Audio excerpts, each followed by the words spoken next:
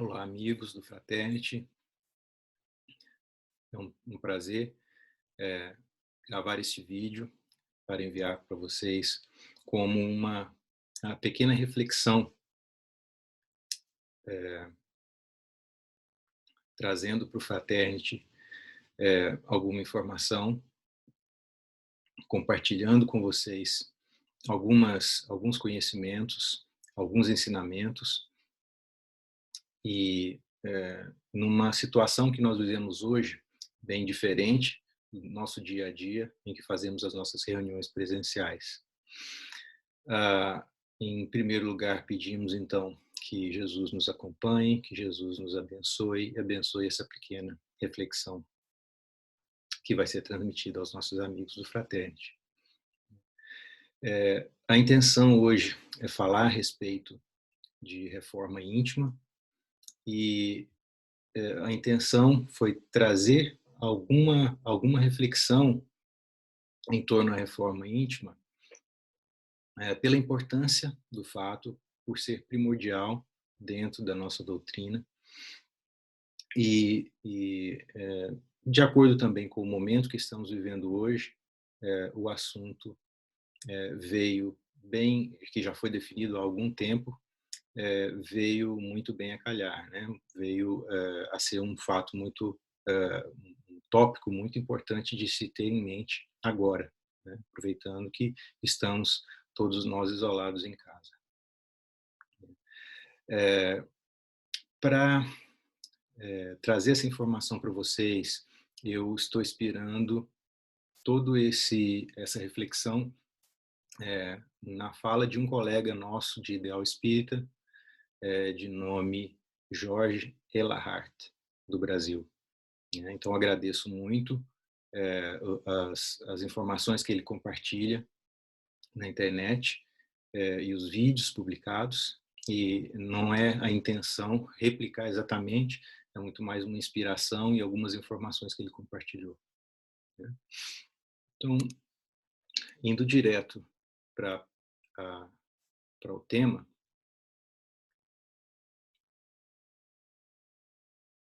vou compartilhar aqui com vocês algumas apresentações,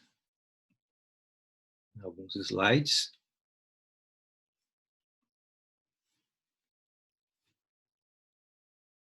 E começamos, então, a falar da reforma íntima.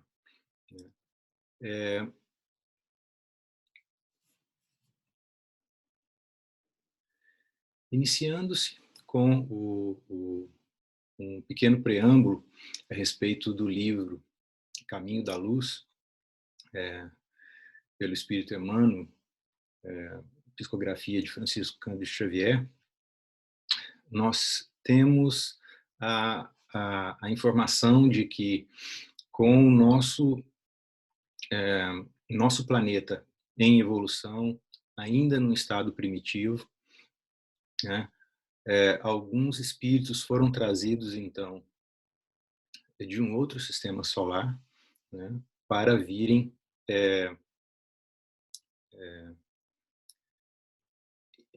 continuar o seu processo de evolução na Terra. Né? Eles que já estavam num outro momento da evolução planetária, né, precisaram sair de lá, né, foram então degradados porque não haviam atingido o nível de evolução moral necessária para continuar no planeta. Então, essa informação trazida do livro A Caminho da Luz, né?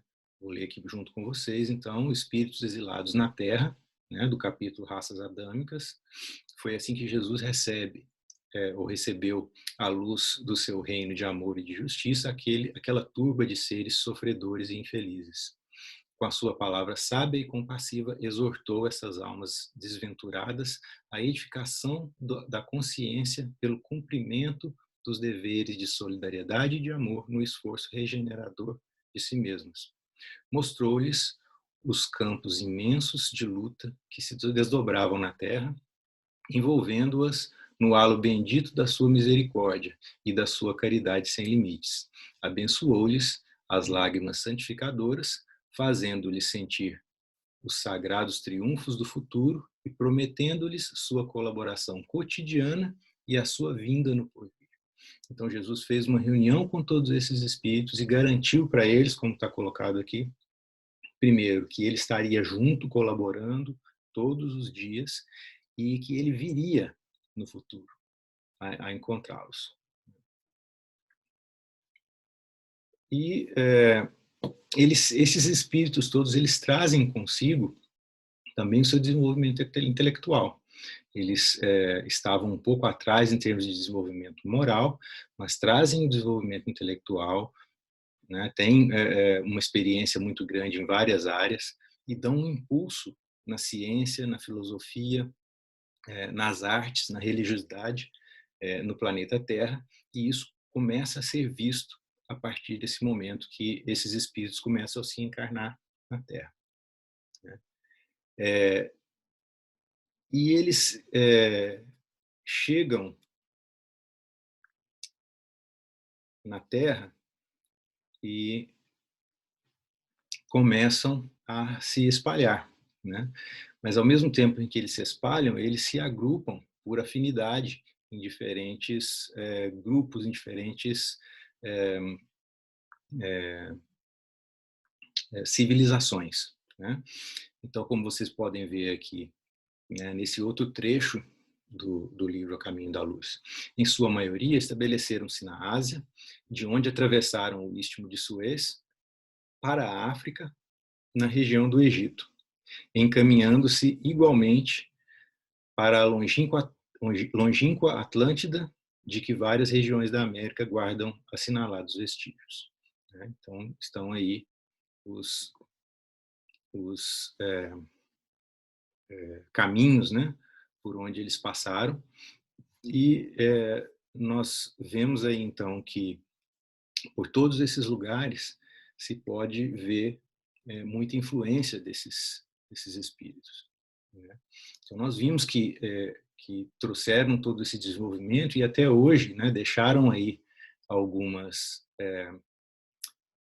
construções que até hoje nos deslumbram, né? Até hoje nos deixam, né, boquiabertos com a precisão, com as dimensões, com a forma, com a precisão, com a harmoniosidade que tudo isso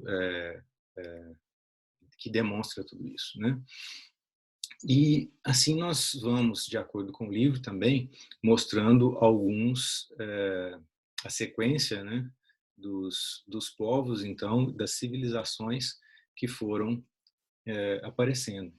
Em primeiro lugar, conforme a sequência que é mostrada no livro, vamos falar um pouco dos egípcios, e no capítulo 4 aqui, civilização egípcia, né, falando do culto da morte e da mentepsicose.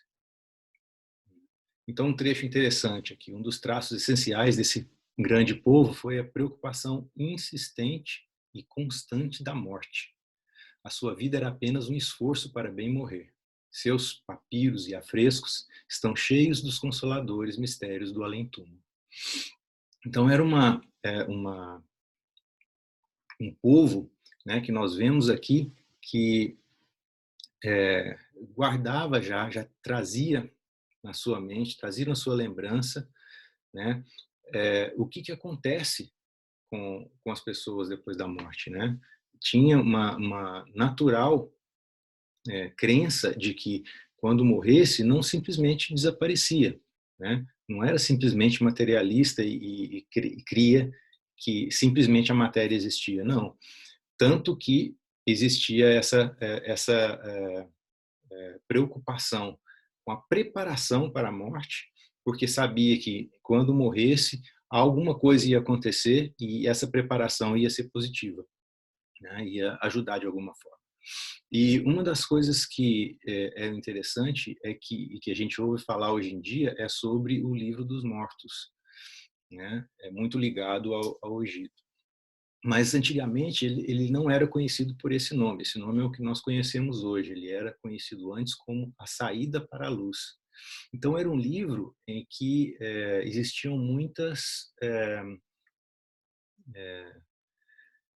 instruções, né, informações para a pessoa que acordava, né, depois de morta, né, para o espírito, então, né, abrir e ler e conseguir usar aquela informação para seguir à frente na vida, né? Ele era um livro, A Saída para a Luz era deixado do lado do corpo do morto, né? No caso, foi mais visto nas múmias. Então, quando as pessoas começaram os arqueólogos, né, e até as pessoas que queriam roubar os tesouros começaram a ver nas múmias, né, nas escavações no Egito, sempre encontravam esse livro do lado do cadáver, né, da múmia nesse caso. E passou a ser chamado o livro do morto e depois o livro dos mortos. Mas ele é muito interessante no que diz sentido no que se refere às instruções que ele dá. Então, a crença dos egípcios era que, na sequência, depois da morte, ele ia encontrar uma quantidade de etapas pelas quais ele deveria passar para poder chegar, né, a uma condição de ter a vida eterna, né? E se ele não conseguisse passar por isso, ele seria esquecido. Então, esse livro ele dá algumas instruções e ele fala, inclusive, né, tem uma lista de mais de 40, um código moral de mais de 40 itens. Entre eles, alguns exemplos são que ele deveria chegar para as entidades que estão lá e que fariam o julgamento da pessoa morta, né? Que então confessar, fazer uma confissão de que, por exemplo, não roubou, não mentiu, não cometeu adultério, não fez ninguém chorar, não tapou os ouvidos para as palavras da verdade, que não é uma pessoa violenta, que não é uma pessoa perturbadora da paz e etc. Então isso é muito interessante porque são uma série, né? Eu dei aqui só alguns exemplos, mas uma série de mais de 40 itens, né, dentro dessa confissão. E isso servia, num determinado momento, então, né, para os iniciados, para os faraós, principalmente, uma preocupação, e essa preocupação começava a vir também para o momento antes da vida. Então, servia como um código de ética, um código moral para as pessoas utilizarem durante a vida e ir se melhorando, né? Então, é um trabalho realmente interno. Na sequência, nós vimos também no livro A Caminho da Luz, a próxima civilização, né, que foi a Índia, né, e onde se organizou a religião hindu. Então, a organização hindu, as organizações hindus são de origem anterior à própria civilização egípcia e antecederam de muito os agrupamentos israelitas. Então, eles também traziam uma série de crenças, né? Principalmente a crença na reencarnação, a crença na continuidade da vida depois da morte, né?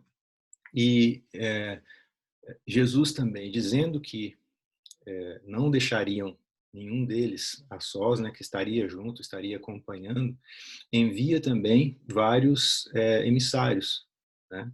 E um deles que está ilustrado aqui é o Krishna.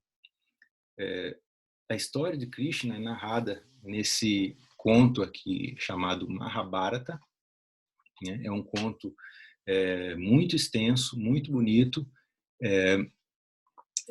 que tem a mesma relevância para a religião hindu, para as pessoas dessa religião, como a Bíblia tem para os cristãos, né?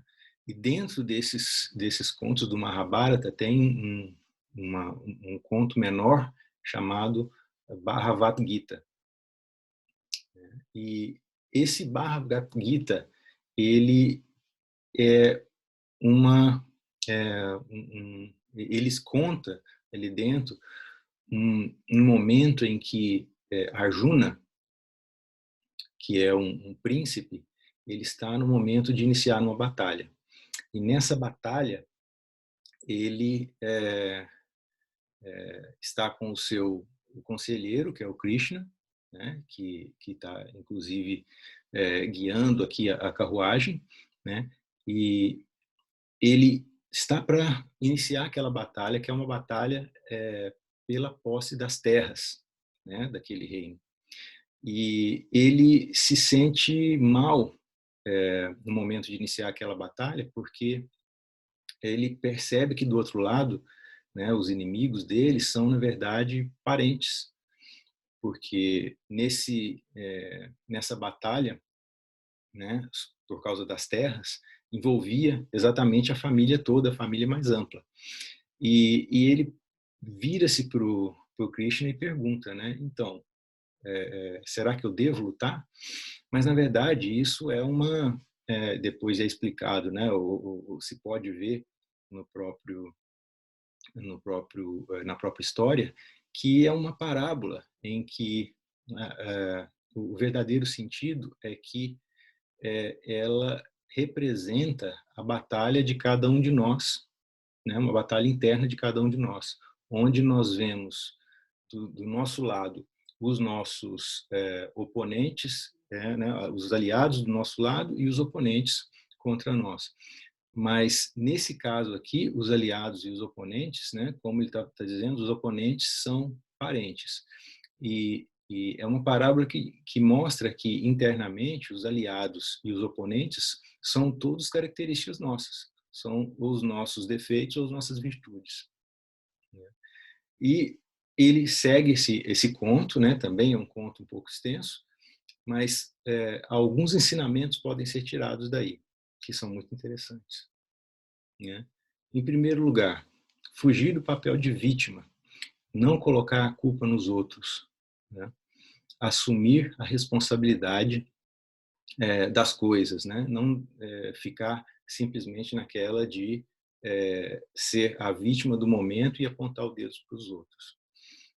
Tudo é transitório, então se acostumar com a ideia de que tudo passa, tudo que a gente está vendo vai passar e não é fixo, nem mesmo o nosso corpo, nem mesmo as pessoas que estão junto com a gente, elas são eternas no sentido dessa relação que nós temos agora mesmo. Tudo isso é transitório. Terceiro, só o que é real é o que existe em nossa mente. Por quê? Porque a mente é como eu vejo as coisas, né? Existe nossa mente dessa forma, né? Como eu vejo as coisas, como eu percebo as coisas. Então, isso faz toda a diferença na realidade que existe para nós. Quarto, a gente deve disciplinar o pensamento se a gente quiser mudar. Então, se a gente efetivamente quer fazer uma mudança, essa mudança depende em muito de como eu penso. E para eu conseguir mudar, eu preciso pensar de uma forma melhor. Eu preciso mudar o pensamento. Eu só posso conseguir fazer isso se eu tiver com o pensamento disciplinado, o pensamento obedecendo, né, aquela direção que eu quero que ele vá. Quinto, ninguém evolui sem esforço. Então, ninguém precisa esperar ou pensar que simplesmente passando pela vida vai melhorar, vai ter uma condição melhor. Vai depender sempre, né, do esforço que a pessoa coloca nisso, do treinamento, da atenção, de como querer fazer melhor e efetivamente fazer melhor a cada dia. Sexto, você é o construtor da sua própria história. Ninguém vai construir a nossa história por nós, ninguém vai fazer da nossa vida aquilo que nós queremos, a não ser nós mesmos. Então, nós temos que tomar esse papel de protagonista da nossa vida. E, por último, um ensinamento que é muito semelhante ao ensinamento que nós temos na doutrina espírita, né? Essa guerra já está ganha, pois todos temos um encontro marcado com a felicidade. Ou seja, do nosso lado, na doutrina espírita, nós vemos também, né, que sabemos que pode demorar, mas nós vamos seguir na nossa evolução e vamos chegar um dia a ser espíritos puros, né? Seres angelicais. Então, da mesma forma, nesse conto mostra isso, né? Mas não foi só esse enviado de Jesus que apareceu, né, nas terras da Índia. Tivemos também a presença do Buda, né, muito famoso, tenho certeza que todos já ouviram falar, né, da religião do budismo. E o príncipe, então, Siddhartha Gautama, ele trouxe esses ensinamentos, né, de reflexão, de paz interior, mas ele dizia sempre que o caminho para a felicidade, né, e ele pregava isso e fazia isso, era intimamente ligado à nossa capacidade de parar de desejar. E que nós devíamos disciplinar o pensamento para tirar fora de nós tudo que existe de ruim em termos de pensamento, né? Então, esse foco no desejo seria muito mais prejudicial em termos de felicidade que qualquer outra coisa. E o mais importante seria trabalhar interiormente, se transformar interiormente para poder buscar a felicidade. E assim, vamos vendo também, seguindo o próximo grupo, a próxima civilização, no livro A Caminho da Luz, né, os hebreus. Então, vemos aí no capítulo 4 o povo de Israel, falamos a respeito da parte, né, de Israel, examinando esse povo notável no seu passado longínquo, reconhecemos que, se grande era a sua certeza na existência de Deus, muito grande também era o seu orgulho dentro das suas concepções de verdade e da vida, da verdade e da vida. E vimos também que esse povo tem várias características, né? Entre as características mais interessantes é aquele povo que ferrenhamente, né, acreditava e tinha fé no Deus único, né? E é uma característica muito importante, porém muito exclusivista, como diz aqui, né, esse trecho do livro, né? Esse orgulho não deixava eles se misturarem com os outros e passar esse conhecimento para os outros povos, né? Mas dentre essa civilização também, esse povo, vários conhecimentos interessantes apareceram. E um muito interessante é a Cabala, né? Dentre os conceitos que existem na Cabala, o principal dele e o veio central é a árvore da vida, que é essa representação que nós estamos vendo aqui no centro, né? Na parte central do slide, né? E ele é composto de 10 etapas diferentes que mostram o caminho para o autoconhecimento, né? As bases desse conhecimento, desses conceitos, né, são muito similares aos conceitos da doutrina espírita, como nós vimos aqui, né? A imortalidade da alma, a encarnação, existência de um Deus único, a comunicabilidade dos espíritos com os homens, né? Já naquela época, muito antes aí até do cristianismo, né? Vemos que essas bases, esses conceitos já eram aplicados. E o interessante aqui, nós voltarmos, não vamos explorar tudo que tem aqui, mas vamos explorar primeiro só a primeira etapa que existe aqui, que tem o nome de Malhut, que significa reino em hebraico, né? Então, para a primeira etapa desse conhecimento, o que precisa acontecer é a pessoa reconhecer que é o culpado pelos próprios erros. Quando ela faz isso, ela começa a ter a condição de mudar.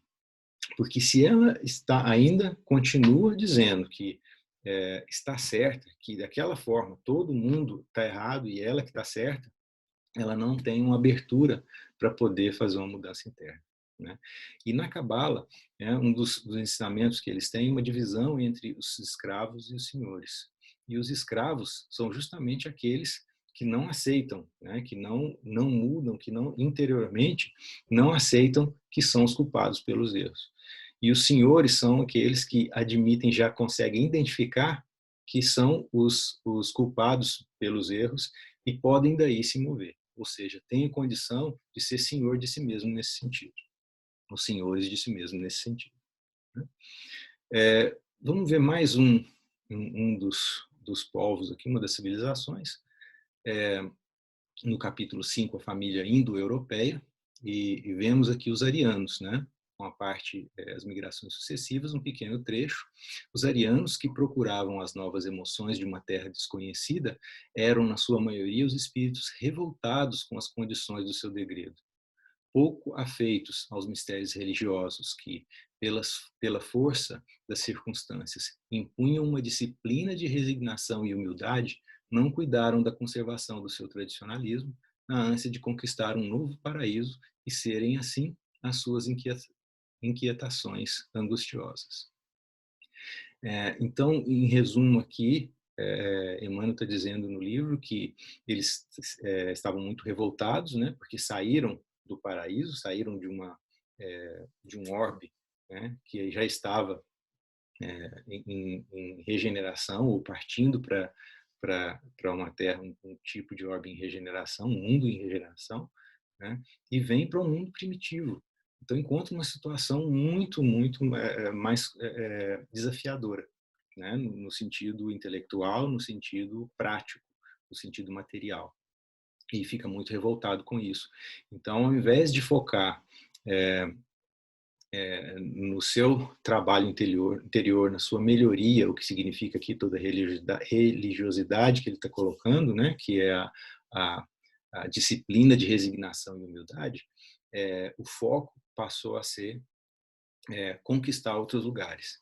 E aí nós vemos então alguns exemplos, né, de quais são os locais em que isso foi visto, né, ao longo de nossa história, principalmente aí na Grécia, na Roma antiga. Né? Seguindo então, apesar de não serem afeitos aí não serem afeitos aí a religião, eles tinham também, né, e receberam também vários enviados de Jesus, né? E não faltava para eles também conhecimento sendo transmitido do mundo espiritual, né? Através das pessoas encarnadas, através, inclusive, de médiums. E vemos aí, por exemplo, no templo de Apolo, em Delfos, né, que havia uma inscrição nesse templo que dizia: conhece a ti mesmo. Né? E, e essa inscrição, ela vem de um conhecimento que aí existia, né, e que tem uma ligação grande com todos os conhecimentos que nós vimos de outros povos que vimos anteriormente, né, que a felicidade está na busca da autoconsciência, na busca do entendimento de como nós somos por dentro, né, de como nós agimos, o que nós somos ou como nós somos influencia na nossa ação, nos resultados que nós obtemos. Né? Então, tudo isso faz parte de uma estratégia do alto, né? Coordenada. Então, esses ensinamentos eles não vêm ao acaso.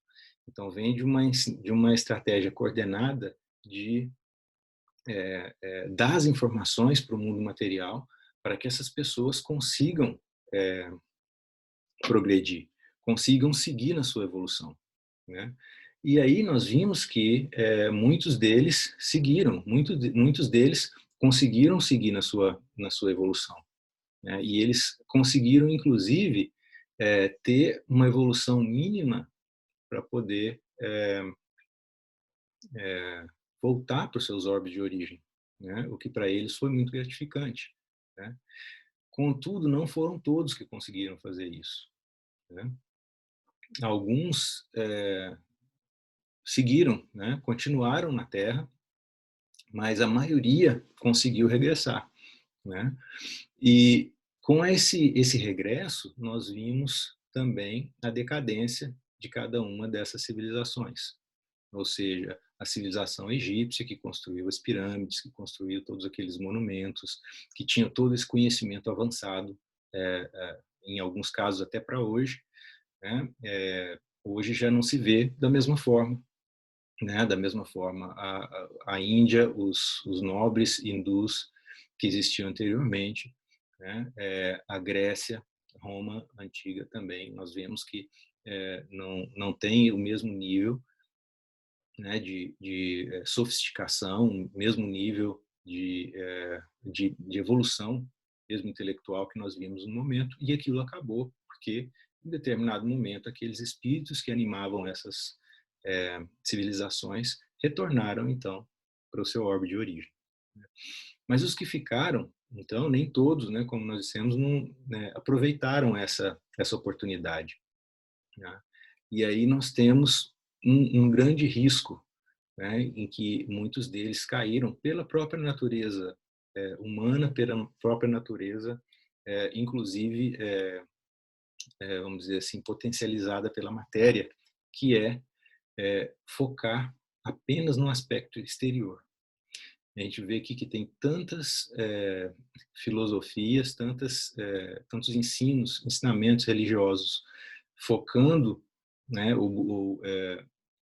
dizendo para as pessoas, né, ensinando para as pessoas para focar no seu interior, e o risco é que as pessoas foquem apenas no aspecto exterior.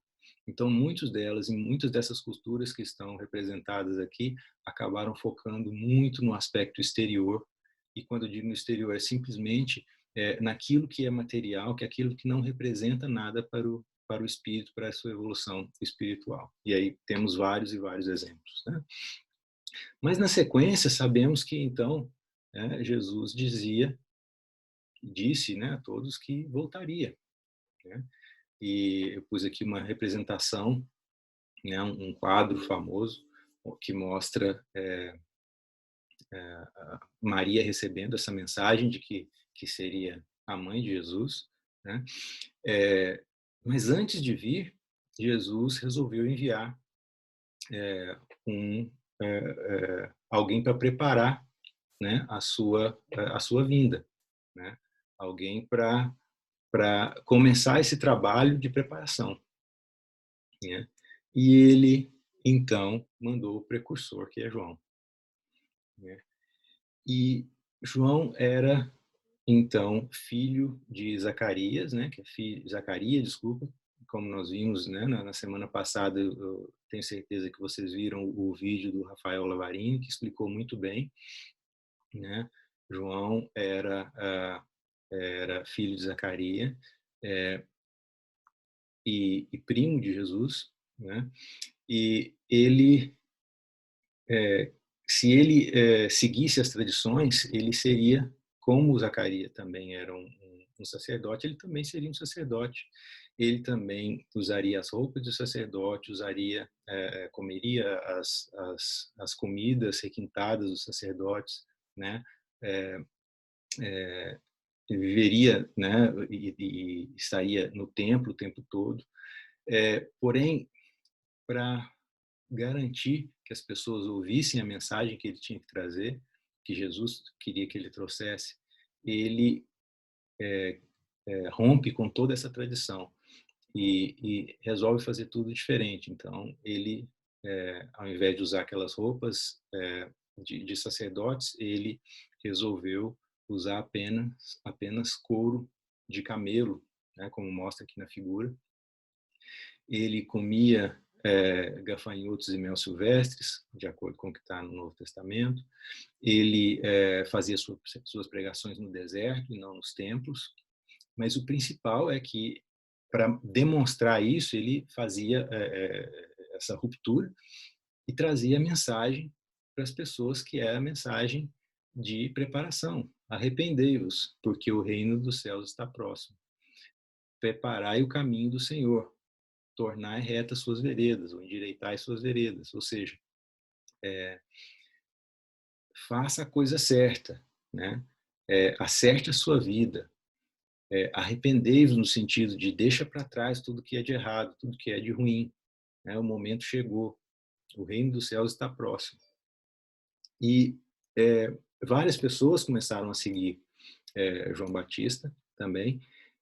Nesse caso ainda, né? Ele utilizava desse meio que era o batismo, né? E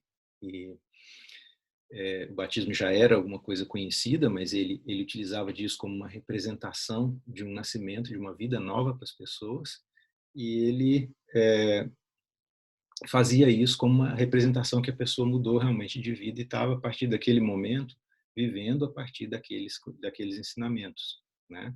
Com mais retidão, de uma forma mais austera. Mais uma vez, então, nós vemos que aquele risco de focar apenas no exterior, né, estava presente. E aí João ficou conhecido como o Batista, né? E hoje dizemos João Batista por identificação, para identificação, mas naquele momento o foco era muito mais no exterior e acabava deixando de lado as mensagens, né? A mensagem, a importante mensagem de uma vida reta, de uma vida austera. E então vem Jesus. Depois de muitos e muitos anos da, da terra de Israel, né, dos hebreus, sem um profeta, né, e eles tiveram aí, acompanharam vários profetas ao longo de toda a sua história, e ficaram um longo período sem nenhum profeta. E aí, quando veio Jesus, ele veio, subiu no monte, né, para fazer o seu primeiro sermão, sua primeira pregação. Todo mundo estava aí esperando uma mensagem de força, uma mensagem de, como vimos aí, uma das características do povo hebreu neste momento era o orgulho de poder confiar, de ter fé num Deus único. Então eles queriam um Messias para salvá-los da situação que eles estavam de domínio. E nesse momento, então, Jesus vem com uma mensagem um pouco diferente, ou melhor, bem diferente, né? E ele começa dizendo: bem-aventurados os pobres em espírito, porque deles é o reino dos céus. E isso choca muito aquele povo que estava esperando uma mensagem de um Messias, uma mensagem bem diferente, né? Porque o conceito que era o conceito de quem estava melhor na época, de quem melhor representava aquele povo, não era um pobre em espírito, é uma pessoa de vida plena, de vida cheia, né? E Jesus vinha trazer essa mensagem que era o pobre em espírito. Mas o que significa esse pobre em espírito que Jesus está trazendo? Né? É aquele que olha para si mesmo e ele se reconhece como é e considera que pode estar errado. Uma coisa, né, que se nós pararmos para pensar é muito simples, mas para fazer continua sendo bem complexo, né? Nós vimos inclusive nos outros ensinamentos que foram passados para outras ou por outras civilizações anteriores, né?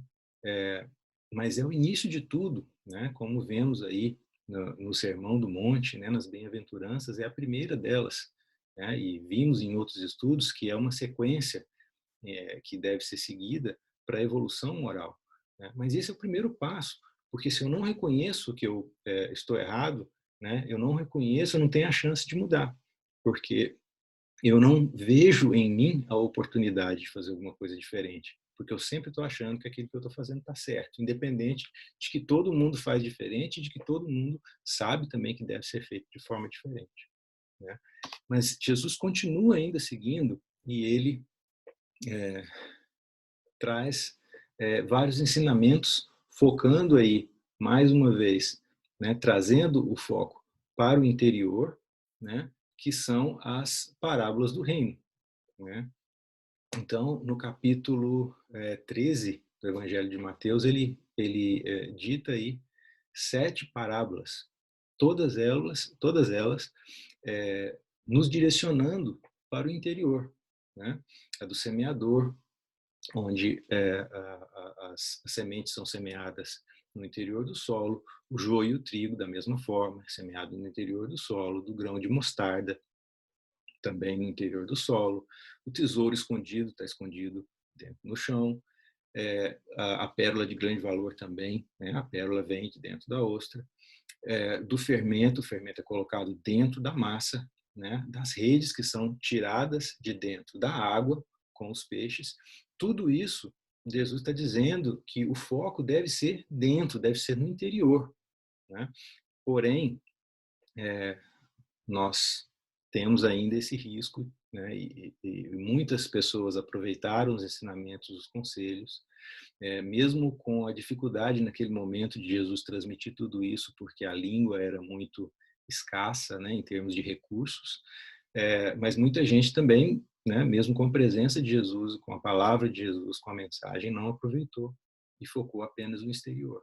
E nós vimos ao longo do tempo, depois da vinda de Jesus, várias complicações que aconteceram por causa disso. Porque ao invés de focar na mensagem, muitas pessoas, né, a maioria das pessoas, focaram no mensageiro, que era Jesus.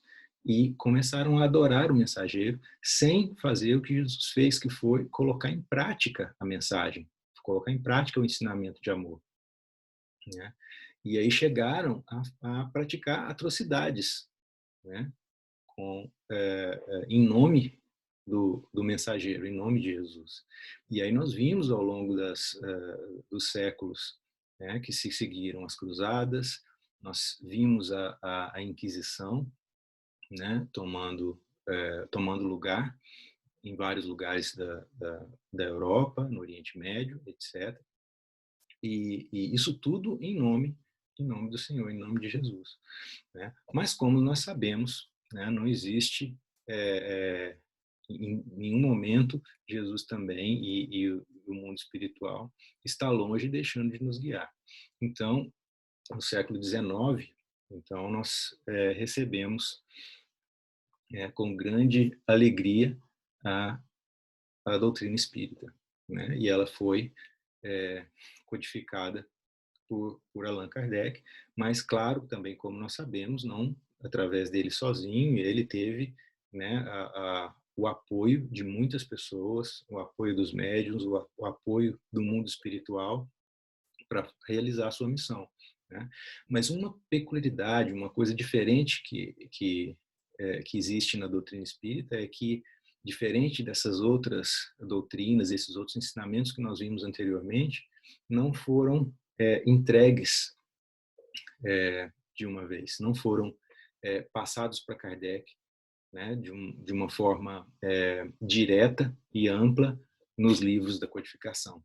Então, Kardec desenvolveu um sistema em que ele ia investigando, que ele ia buscando e que ele colocou em ação um princípio muito interessante que ele mesmo descreve na Revista Espírita de abril de 1864, né, que é o controle universal dos espíritos, né? E ele diz o seguinte, tem duas coisas principais aqui, né? O primeiro controle é sem sombra de dúvida o da razão, a qual é preciso submeter sem exceção tudo quanto vem dos espíritos.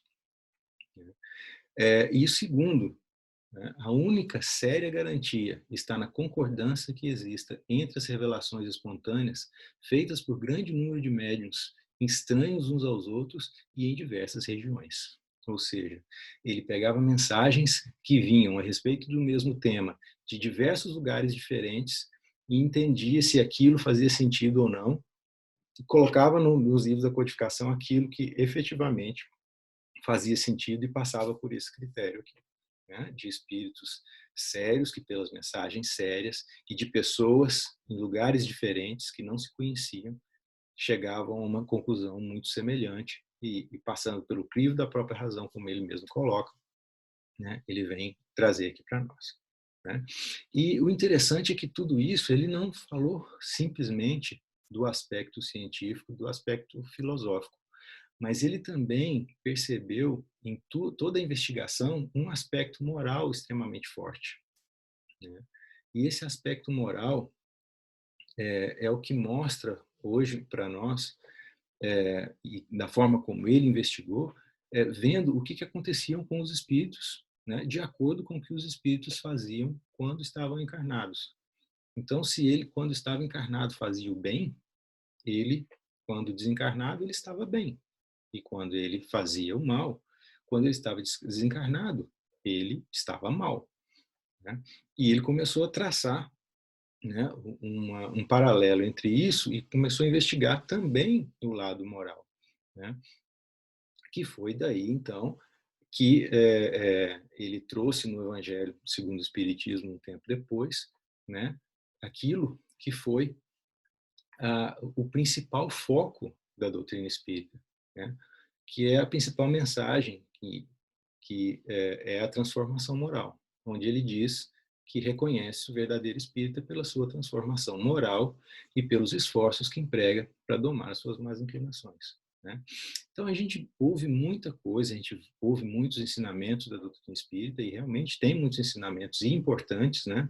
Como o conhecimento da vida após a morte, a reencarnação, a imortalidade da alma, a pluralidade dos mundos, mas tudo isso não é o principal é a transformação moral. Tudo isso é para nos convencer, para nos demonstrar, para nos direcionar à necessidade de realizar a transformação moral, né?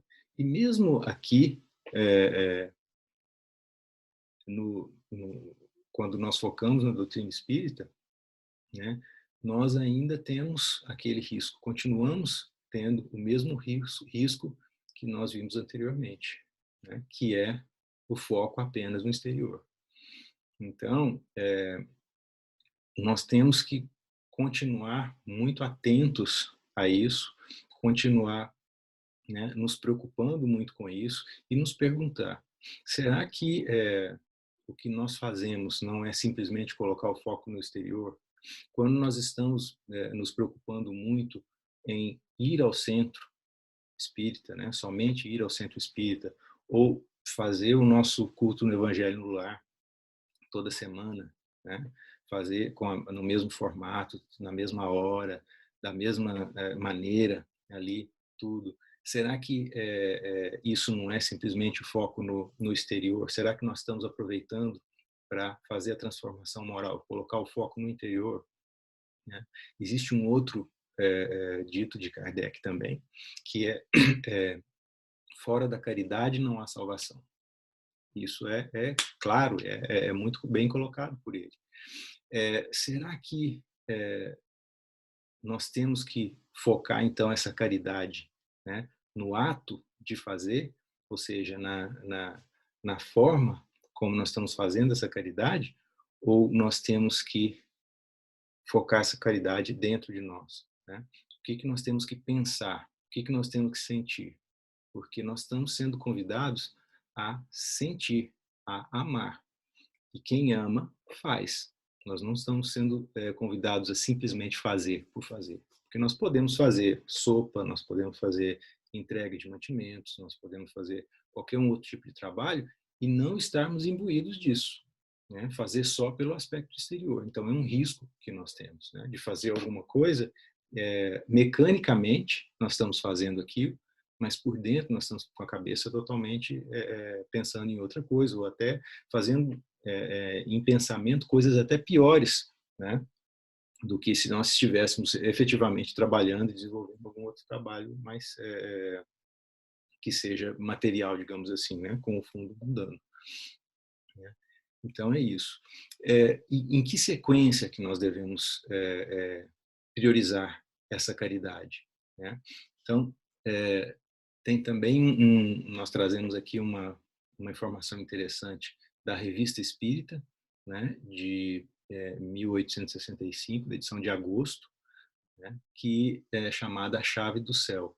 E nessa pequena parte aqui dessa dissertação espírita da Revista Espírita, o espírito de Lacordaire dá uma sequência clara aqui do que nós devemos nos preocupar, né, em termos de caridade. Quem deve ser os nossos alvos em termos de caridade? Em primeiro lugar, os cônjuges e os filhos. Aqueles que estão mais próximos de nós, são aqueles que nós devemos nos preocupar em fazer a caridade maior, porque estaria ajudando a nós mesmos. E isso é até um reconhecimento da misericórdia divina, porque nós reconhecemos então que Deus colocou junto de nós aqueles que realmente é melhor para nós estarmos juntos, né, naquele momento. que são as pessoas que estão mais próximas de nós, né? Em segundo lugar, quem? Os autores dos nossos dias, né? Pais ou outros, porque outros podem ser os autores dos nossos dias também, não necessariamente os pais, né? A pessoa pode ser criada por uma avó, por uma tia, por um padrinho, uma madrinha. Então, é nosso dever também zelar por eles, né? Em terceiro lugar, os irmãos consanguíneos, né? Os irmãos, parte da nossa família. Em quarto lugar, os amigos do coração, as pessoas que não tem, com as quais não temos um parentesco direto, mas são pessoas que nós encontramos ao longo da vida e que são os amigos mais próximos que nós temos, né? E depois disso, os pobres de todos os matizes, a começar pelos mais miseráveis. Mas é importante nós não deixarmos isso de lado, porque existem pessoas que acabam invertendo tudo isso. Dá o foco primeiro aos pobres, né? Quer fazer a caridade, porque fora da caridade não há salvação, e esquece aqueles que estão dentro de casa, esquece de dar atenção para aqueles que estão dentro de casa, que são a maior oportunidade que a gente tem para continuar, para seguir na nossa evolução, porque nós sabemos que nós não nascemos junto com aquelas pessoas, né? Não estamos junto com aquelas pessoas no nosso dia a dia à toa, né? E a gente chega a uma conclusão aqui, então, né? Terminamos essa pequena reflexão dizendo que seria um momento, então, muito bom para aproveitarmos, né? E focarmos nessa caridade com as nossas pessoas mais próximas, aqueles que estão mais próximos de nós. Nesse momento em que nós estamos dentro de casa, né? Que nós estamos ficando em casa por causa de toda essa pandemia que está aí fora, que nós estamos exercitando a distância social, né? Aproveitarmos esse momento em que estamos junto dessas outras pessoas e buscar nos melhorar e afetar de forma positiva os nossos familiares, as pessoas que estão por perto e assim crescer e continuar a nossa evolução espiritual, né? Eu agradeço a todos pela atenção, né? Peço mais uma vez a Jesus que nos abençoe a todos e fiquem com Deus.